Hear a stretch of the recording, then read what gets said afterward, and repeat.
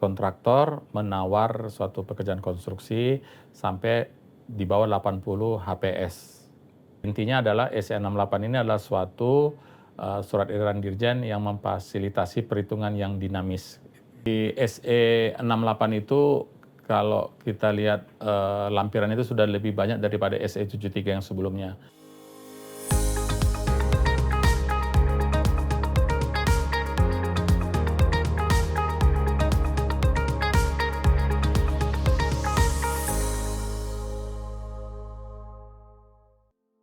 Selamat datang di diskusi tanya jawab surat edaran Direktur Jenderal Bina Konstruksi nomor 68 tahun 2024. Perkenalkan, saya Anggun Mayangsari, host pada hari ini. Dan sudah hadir bersama saya di sini Bapak Direktur Keberlanjutan Konstruksi. Selamat siang Pak Kimron Manik. Selamat siang Bu Anggun.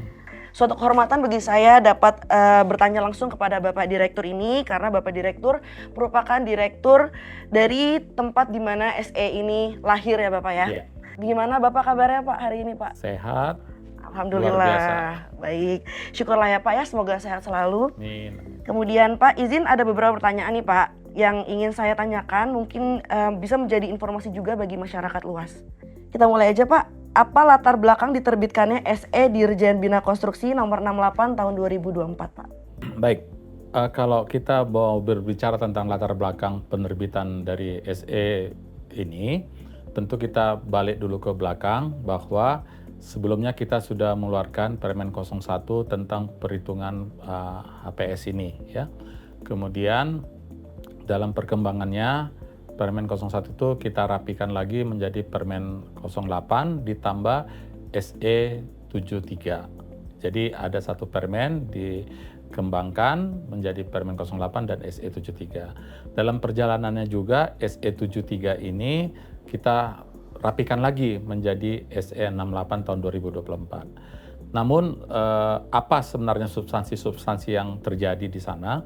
Awalnya sebenarnya kita melihat bahwa harga-harga APS yang ada selama ini terkesan sangat debatable ya, sangat membingungkan karena ada terkadang kontraktor menawar suatu pekerjaan konstruksi sampai di bawah 80 HPS. Sehingga kita bertanya-tanya, kok hebat sekali ya kontraktor itu, apakah dia nekat atau dia memang sudah berhitung. Nah, sebagian besar ternyata proyek-proyek itu selesai, bagus kualitasnya. Berarti kita asumsikan HPS awal itu berarti sangat kemahalan gitu. Buktinya orang udah nawar jauh turun seperti itu masih bagus. Kemudian kita juga melihat apakah hitungan-hitungan itu sudah memakai rumus-rumus yang sudah ada gitu ya. Sehingga kita sangat susah sekali memastikannya.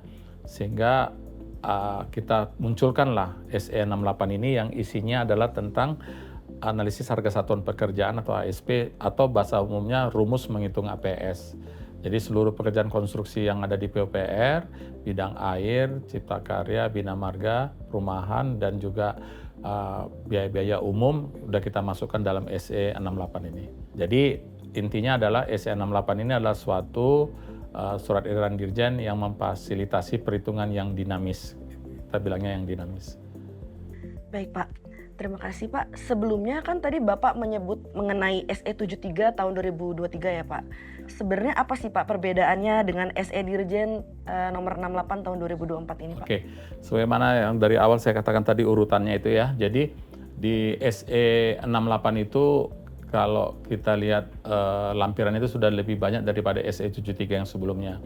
Itu ada 4 yang sebelumnya, sekarang menjadi ada 7. Di mana pada lampiran pertama itu ada penambahan pengaturan mengenai mekanisme survei harga satuan pokok sektor konstruksi, kemudian ada tabel-tabel acuan serta tata cara perhitungan analisis harga satuan pekerjaan, kemudian lampiran ketiga itu adalah tata cara menghitung biaya SMKK dan rinciannya termasuk menentukan kuantitas atau jumlah item yang diperlukan.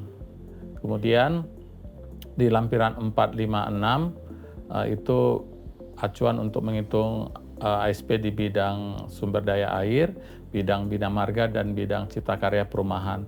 Dan yang terakhir kita juga fleksibel ya di dalam peraturan menteri ini termasuk lampirannya bahwa jika ada hal-hal yang baru atau ada yang mau dirapikan, kita buat lampiran ke-7 tata cara pengajuan usulan AHSP dari kementerian, lembaga, daerah atau institusi.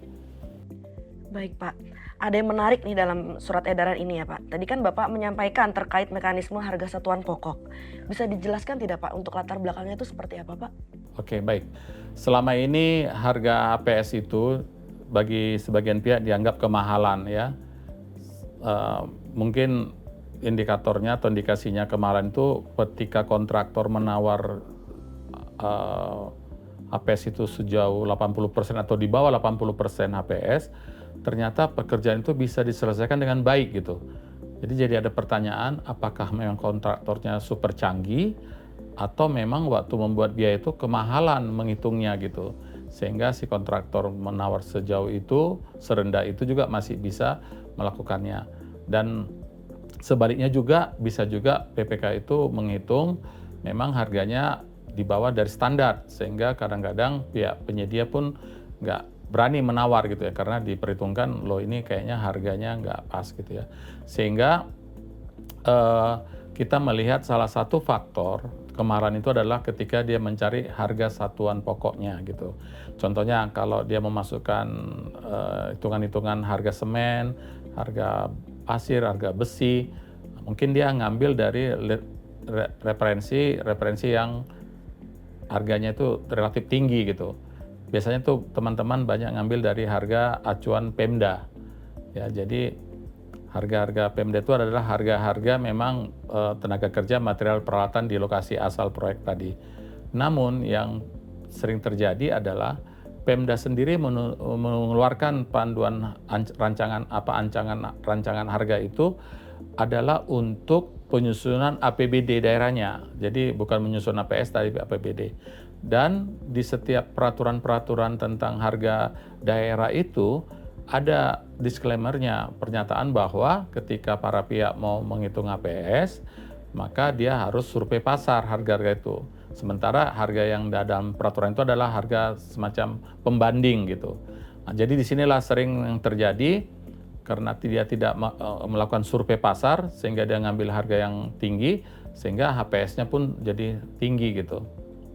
Dan ini juga menimbulkan kebingungan dan ketidakseragaman dalam melaksanakan pekerjaan di konstruksi di daerah tersebut gitu. Kemudian bagaimana surat edaran ini dapat mengatur terkait survei harga tersebut Pak? Oke, jadi gini, terus terang sebenarnya sebelum ini sudah ada memang aturan-aturan yang mewajibkan para pihak itu terutama PPK mengadakan survei harga pasar gitu ya. Tapi panduan-panduan rincinya itu belum rapi lah gitu. Jadi masih masing-masing pihak lah, pokoknya yang penting dia pergi ke lapangan nanya-nanya sana sini sehingga dapat harga, itulah dipakai. Jadi kita mencoba besok itu diambil dari harga pasar dengan ada metode survei ya, ada pakai wawancara, terus kita perlu juga menetapkan lokasi-lokasi surveinya. Dan yang paling penting siapa sih nanti responden yang akan kita tanyai gitu ya dalam survei tersebut. Baik Pak, kemudian bagaimana dengan standar satuan harga yang dikeluarkan oleh Pemda setempat? Itu seperti saya ceritakan tadi waktu menceritakan tentang kemahalan tadi, standar harga yang telah ditetapkan oleh Pemda setempat digunakan sebagai pembanding. Jadi bukan sebagai sumber harga. Ini yang perlu kita sosialisasikan kepada teman-teman di lapangan bahwa kalau ada harga-harga yang dikeluarkan oleh Pemda, ingat itu adalah harga pembanding. Tapi ketika Anda punya pekerjaan untuk dilaksanakan, untuk ditenderkan, maka perlu Anda lakukan survei pasar untuk menghitung APS-nya gitu. Lalu bagaimana alur untuk mendapatkan harga satuan pokok tersebut Pak? Nah, jadi alhamdulillah kita waktu mencoba membuat panduan ini, kita dibantu oleh teman-teman dari BPS. Jadi BPS itu sudah punya standar lah dalam mencari data di lapangan. Metode survei itu kita dibimbing oleh teman-teman dari BPS. Jadi kita itu diajari sekarang itu harus ada perencanaan data dulu. Jadi data apa yang mau kita butuhkan? Kalau sekarang ini kan berarti data pekerja ya, upah gitu ya. Kemudian data material konstruksi, data sewa peralatan seperti itu ya. Jadi kita tentukan dulu apa kebutuhan datanya. Kemudian kita juga membicarakan bagaimana cara mengumpulkan datanya ya. Terus kalau kita sudah kumpulkan datanya harga-harga itu diperiksa lagi. Setelah kita yakin ini valid, baru kita masukkan datanya ke sistem untuk disimpan gitu ya database-nya. Kemudian langkah berikutnya adalah kita melakukan pemeriksaan data. Ya, pemeriksaan data dan coba nanti data itu juga direkonsiliasi gitu ya. Umpamanya ada data 2-3 dari sumber yang berdekatan, ini kita harus pastikan yang mana kira-kira nanti range harga yang harus kita tetapkan atau kita ambil. Kemudian setelah itu dapat, kita perlu penyebaran luasan data tersebut. Itu dilakukan dengan interoperabilitas data ke si pasti dan ke evaluasi gitu. Kemudian Pak, bagaimana cara menentukan responden atau vendor untuk mengumpulkan data harga satuan pokoknya Pak? Jadi dalam kita diskusi kita dengan teman-teman BPS itu perlu dilakukan purpose sampling ya. Itu suatu teknik penentuan sampling dengan pertimbangan tertentu di seluruh kabupaten kota. Kemudian jumlah responden vendor minimal kita usahakan 3 ya, atau sesuai dengan kondisi lapangan lah. Tapi bisa 4-5 tergantung kita lebih banyak data lebih baik gitu ya. Kemudian karakteristik sampel material, peralatan dan tenaga kerja yang disurvei adalah perusahaan atau toko bangunan yang dekat dengan lokasi proyek, dengan ukuran perusahaan atau toko yang relatif besar, dan merupakan tujuan utama mayoritas masyarakat di daerah tersebut serta memiliki jam operasional. Jadi intinya adalah jangan nanya ke sumber yang nggak jelas gitu ya. Nah, kalau di daerah itu pasti sudah tahu lah pelaku-pelaku konstruksi mana toko material yang bonafit lah gitu ya, yang memang benar-benar harganya bisa dipertanggungjawabkan. Kemudian untuk perubahan atau penambahan item baru itu bagaimana Pak gambarannya Pak? Ya, jadi terus terang apa yang sudah kita susun saat ini, kita menyadari sebenarnya masih banyak kegiatan-kegiatan konstruksi atau rumus-rumus menghitung ASP itu yang belum dimasukkan. Tapi kita kan harus berproses terus. Jadi memang ada ruang kita beri untuk menambah. Juga bisa aja yang sudah kita masukkan ke dalam lampiran permen ini, bila dipandang dalam pelaksanaan nanti ada evaluasi atau ada perbaikan, ya kita juga buka gitu. Karena rumus ini sangat banyak sekali, sampai ribuan, berarti mungkin ada faktor-faktor error ya oleh kita biasa manusia gitu ya, pasti mungkin ada sifat hilaf gitu ya, jadi kita tetap terbuka. Nah, sebagai gambaran untuk yang SE sebelum dengan SE 68 ini, Bina Marga yang tadinya 397 ASP di SE yang lama, sekarang berubah menjadi 674 ASP.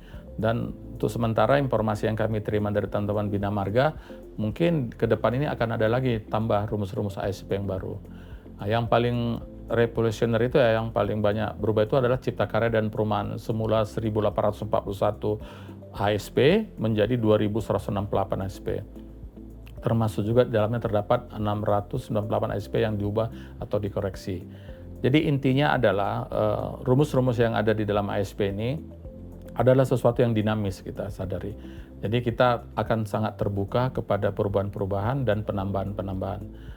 Kami berharap sebenarnya teman-teman terkait kalau umpamanya mempunyai kegiatan yang baru, rumus-rumus baru, kami harapkan secepatnya dikirim ke pihak kami supaya kami cepat mengupdate lagi gitu ya. Jadi kita punya periodisasi mungkin 3 bulan atau 6 bulan kita update lagi SE itu mengikuti perkembangan yang ada. Kemudian tadi kan Bapak sampaikan di dalam surat edaran ini terdapat mekanisme usulan AHSP item baru Pak. Item baru seperti apa aja sih Pak dan siapa saja yang dapat mengajukan usulannya? Oke, seperti saya jelaskan tadi, saya ulang lagi, item baru itu bisa berupa belum terdapat dalam SE, kemudian perubahan atas item pekerjaan yang sudah terdapat di SE, tapi memang ada perapian mungkin dari rumusnya, dari koefisiennya gitu ya. Tapi kita batasin untuk ASP yang bersifat informatif, tidak perlu lagi diusulkan ASP-nya, karena dalam informatif itu ada rumus-rumus atau apa yang masih dinamis gitu ya, bisa variabel gitu ya. Jadi melihat situasi kondisi alat atau lapangan itu bisa di-adjust dengan rumus yang ada yang bersifat informatif tadi. Jadi kalau informatif itu ya nggak perlu diusulkan yang baru karena rumus itu semacam rumus yang fleksibel lah. ada tambahan tadi. Siapa sih yang bisa mengusulkan itu ya? Jadi kita sadari bahwa permen ini berlaku bukan hanya untuk PUPR, seperti saya katakan tadi bisa kementerian atau lembaga di luar PUPR dan juga bisa pemerintah daerah dan bisa institusi lainnya gitu ya, yang memang ada urusan dengan penyusunan dari ASP. Jadi mengusulkan bisa PU, bisa dari teman-teman pemerintah daerah, provinsi maupun kabupaten kota gitu. Tadi Bapak juga menyampaikan ada yang baru terkait komponen biaya SMKK ya Pak ya? Ya. Itu seperti apa sih Pak pengaturannya Pak? Jadi gini ya, sebelum sampai ke sana, kita memang selama ini mungkin belum terlalu care perhatian terhadap masalah-masalah keselamatan konstruksi. Jadi sebenarnya kita ke depan ini dalam membangun konstruksi itu harus memang berhati-hati ya, karena pembangunan konstruksi itu sangat berisiko ya. Kecelakaan-kecelakaan kerja atau konstruksi itu sangat bisa terjadi dalam pekerjaan konstruksi, sehingga harus ada upaya sistem manajemen untuk menghindarkan terjadinya kecelakaan konstruksi ya. Jadi kita dalam nanti menghitung biaya-biaya SMKK ini kita harus tahu dulu ya bagaimana tata cara penyusunannya ya. Jadi kita selalu ada urutannya. Jadi di SE ini juga dibuat itu tadi ya. Pertama, tata cara penyusunannya, mulai dari identifikasi bahaya dan risiko. Jadi terus terang ya, saudara-saudara sekalian, kita hari-hari ini ke depan itu harus diingatkan bahwa setiap jenis konstruksi itu berbeda-beda bahaya dan risikonya. Membangun gedung tinggi, membangun jalan tol, membangun jembatan, membangun rumah susun, dan sebagainya, itu ada bahaya risikonya yang unik per jenis dari konstruksi tersebut. Kemudian kalau kita sudah tahu ada bahaya risikonya, tentu kita harus melihat sejauh mana tingkat risikonya gitu ya, dinilai tingkat risikonya. Kemudian kalau udah tahu risiko-risiko itu tinggi atau rendah atau sedangnya, itu kita perlu mengendalikan. Jadi kita harus tetapkan bagaimana pengendaliannya. Kemudian upaya-upaya kita mengendalikan itu tentu membutuhkan sumber daya ya. Jadi kita harus tahu sumber dayanya, apakah butuh biaya, orang, peralatan ya, sehingga kita bisa mengendalikan risiko tersebut. Dan yang lebih agak membantu juga dalam lampiran ini, kita sudah mencoba mengatur kuantitas minimal yang dipersyaratkan dalam setiap rincian biaya SMKK. Ini tentu memudahkan para pihak dalam menghitung kebutuhan biaya SMKK. Jadi istilahnya kalaupun dia mau menghitung berapa sih dasar yang paling minimal, dia sudah kita kasih acuannya gitu. Dan dari situ tentu jangan sampai dia menghitung di bawah minimal tadi. Jadi sudah cukup lebih lengkap lah lampiran kita di SE ini. Baik Pak. Kemudian ada bocoran untuk menghitung biaya pekerjaan konstruksi saat ini di Kementerian PUPR sudah menggunakan aplikasi Sipasti itu Pak. Oke. Boleh dijelaskan nggak sih Pak latar belakang serta tujuannya Sipasti tersebut? Oke. Baik, saudara-saudara sekalian, sebagaimana kita sudah mengeluarkan SE ini, kalau kita lihat fisiknya ya, itu kita udah coba cetak lampiran rumus-rumus yang sampai ribuan itu bisa menghabiskan kertas berim ya. Tapi kita memang sekarang bentukannya digital, tapi kita mencoba juga untuk semacam arsip kita coba itu bisa sampai 10 rim. Jadi kalau satu rim itu kira-kira 500 lembar, itu ada rumus-rumus yang sampai 5.000 lembar gitu ya. Kebayang kalau ada orang mau memakai itu harus membawa 5.000 lembar, itu udah nggak efektif. Jadi kita udah buat dalam bentuk aplikasi jadinya. Jadi terus terang hari ini kita sudah memiliki suatu aplikasi namanya Sipasti, sistem informasi perkiraan harga APS ya, terintegrasi.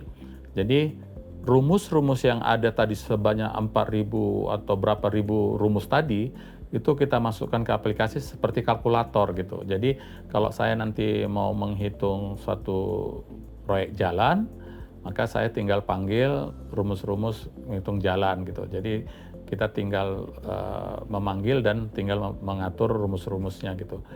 Nah, jadi Sipasti ini juga nanti kita linkkan ke harga tadi, harga satuan pokok tadi yang harga pasar tadi. Jadi nanti ketika kita sudah selesaikan rumusnya, terus sudah dapat harga pasarnya, tinggal dikalikan di jumlah, maka kita nanti akan mendapat HPS yang lebih sesuai dengan harga pasar lah gitu. Dan juga kita pastikan bahwa dalam penyusunan HPS ini bersifat sangat rahasia, sehingga penggunanya itu pun sangat kita atur ketat dengan sistem aksesnya juga hanya orang-orang yang berkompeten gitu ya. Jadi artinya kalaupun suatu saat ada terjadi pihak-pihak di luar yang bisa masuk, itu udah pasti ada salah satu yang punya user ID itu lalai gitu ya. Jadi kita udah ingatkan dan nanti kita udah buat sistem security-nya. Nah, jadi SIPASTI itu adalah sebenarnya terusan dari SE68 tadi dalam bentuk aplikasi gitu ya, dalam bentuk aplikasi komputer gitu ya. Nah, jadi SIPASTI itu sendiri juga didukung oleh adanya peraturan Menteri PU nomor 8 tadi, di mana di pasal 23 dikatakan perlu disusun menggunakan aplikasi basis data sistem informasi HPS.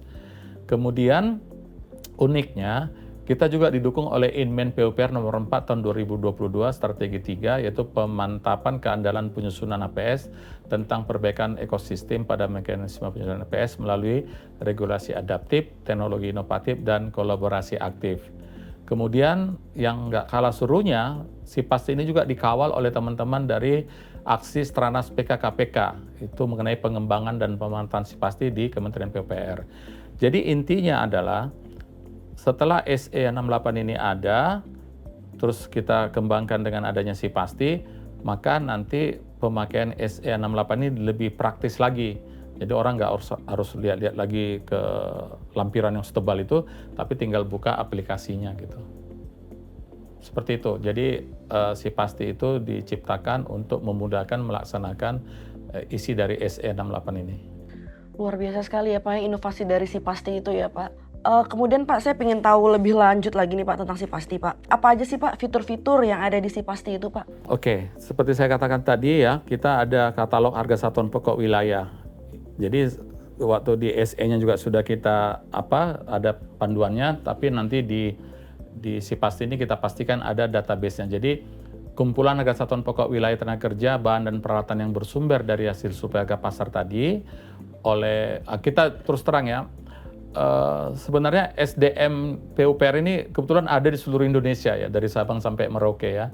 Jadi kita beranggapan bahwa kalau kita butuh tenaga surveyor, kenapa nggak kita libatkan teman-teman di daerah dalam waktu-waktu tertentu, mereka kita tugaskan untuk pergi ke pasar, ke lapangan untuk mencari harga-harga tersebut. Dengan kita buat tadi ada panduan-panduan cara dia survei tadi. Dan juga kita pastikan selain harga pasar, kita sekarang udah kerjasama dengan LKPP memanfaatkan data transaksi katalog sektor konstruksi. Jadi alhamdulillah LKPP itu sudah mengembangkan sistem e-katalog di mana di sana terjadi transaksi barang atau peralatan yang mana kalau LKPP itu kan umum ya, barangnya umum, tapi kita spesifik yang ke bidang konstruksi gitu. Nah, dan kita sudah banyak diskusi atau komunikasi dengan pihak LKPP sehingga nanti format-format yang kita inginkan digunakan dalam SIPASTI itu sudah disiapkan juga di e-katalog. Jadi tinggal ada interoperabilitasnya antara kita dengan LKPP. Itu yang paling agak berinovasi itu harga satuan pokok wilayah. Kemudian fitur perhitungan HPS tadi itu kita bilang kalkulator lah.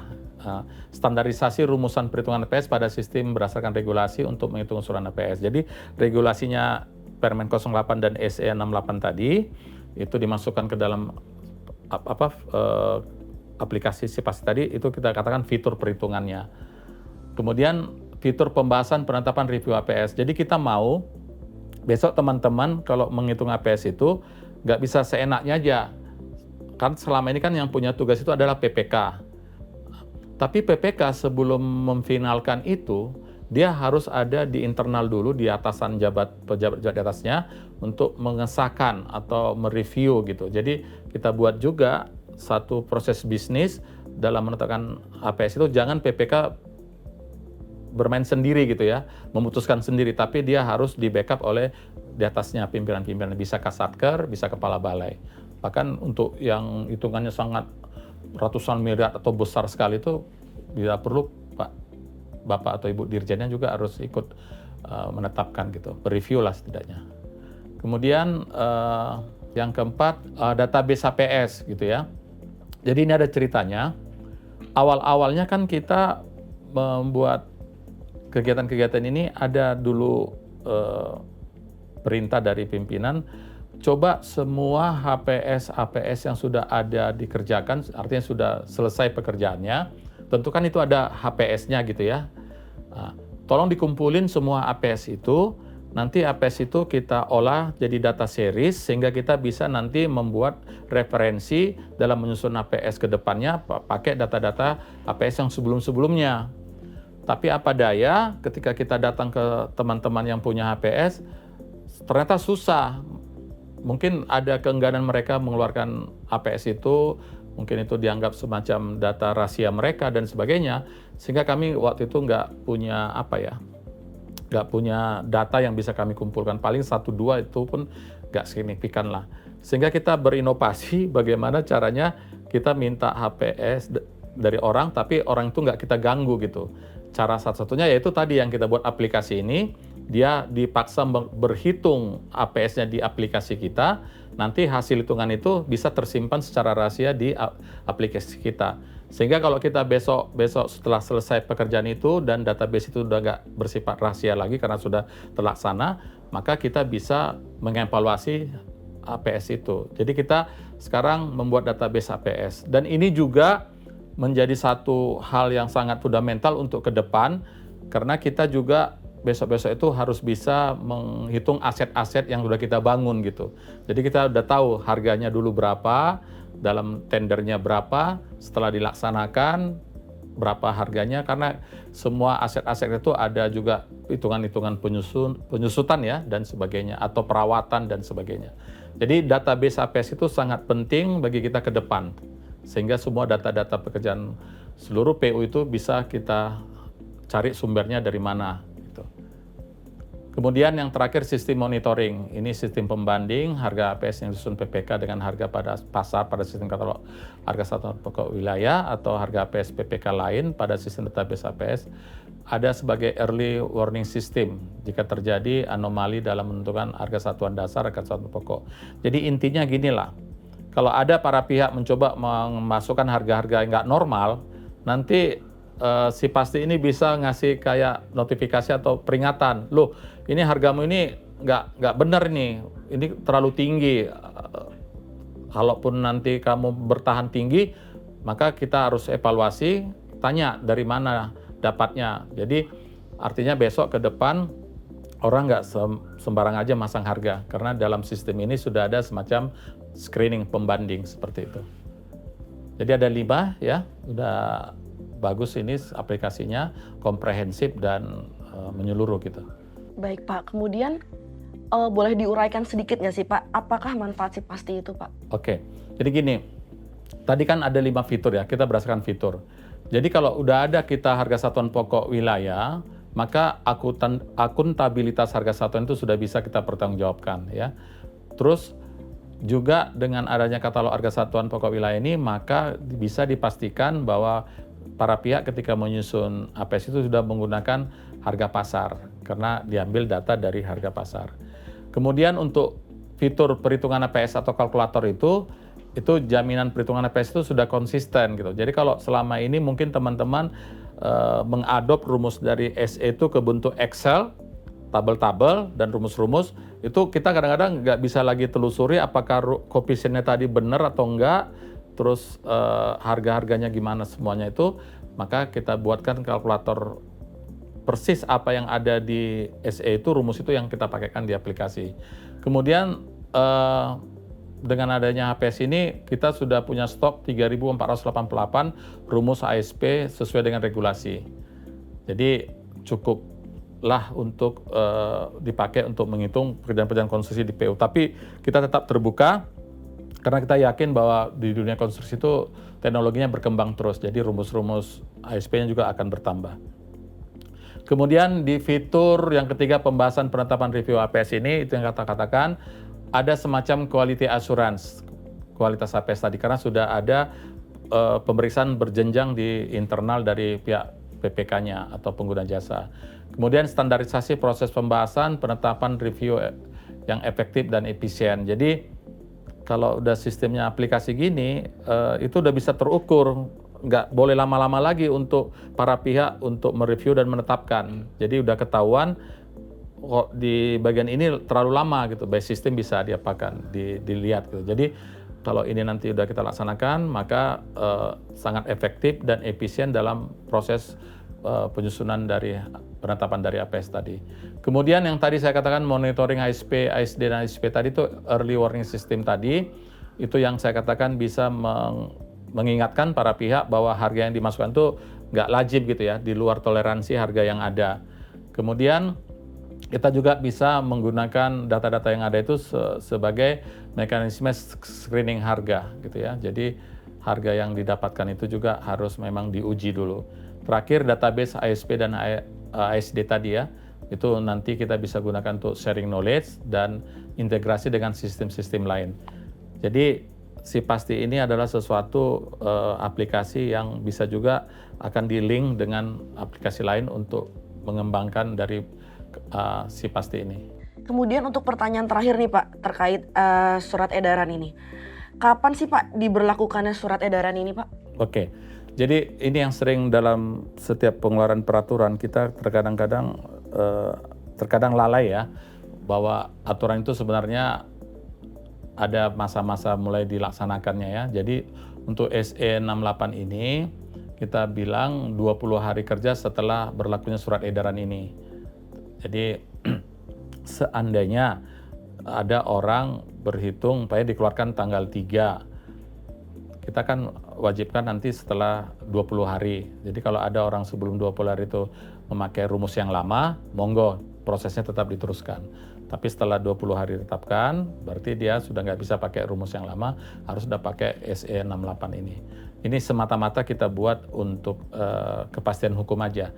Karena jangan nanti dia sudah harus di rumus yang baru, masih pakai rumus yang lama. Jadi kita ada kasih spare waktu 20 hari lah.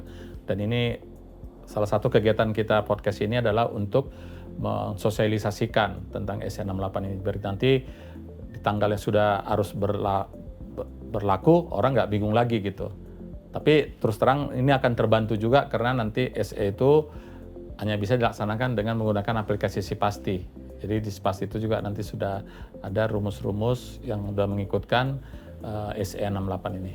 Dari sekian banyak pertanyaan yang sudah saya tanyakan ke Bapak nih Pak, Ya. apa sih Pak pernyataan dari Bapak untuk menutup mengakhiri diskusi kita pada siang hari ini Pak?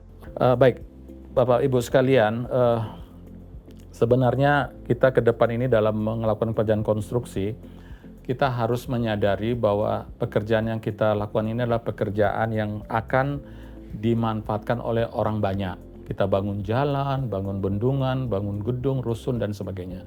Dan kita mengetahui di dalam pekerjaan konstruksi itu juga ada risiko-risiko, ada bahaya-bahaya. Juga dalam mengerjakan konstruksi itu kita sudah merancang itu sebaik mungkin dengan kualitas yang sebagus mungkin. Itulah yang kita niatkan di awal. Untuk memastikan bisa tercapai itu, tentu kita harus menyiapkan biayanya, harganya supaya tercapai yang kita inginkan. Sehingga kita memang dalam menghitung biaya itu harus punya panduannya gini.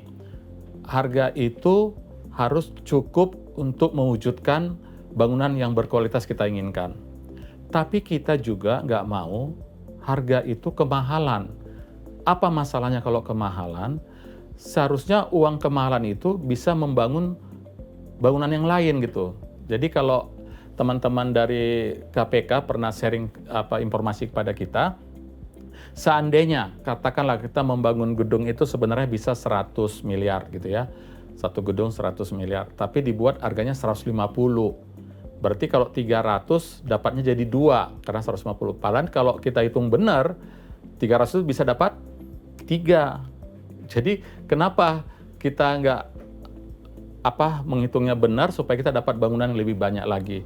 Jadi seperti itulah filosofis atau kita yang sederhana, mengapa kita bisa membuat lebih banyak manfaat nggak kita usahakan. Jadi perbaikan dari sistem perhitungan ASP ini atau HPS ini adalah salah satu upaya kita supaya anggaran-anggaran pemerintah itu bisa lebih banyak kemanfaatannya oleh masyarakat gitu.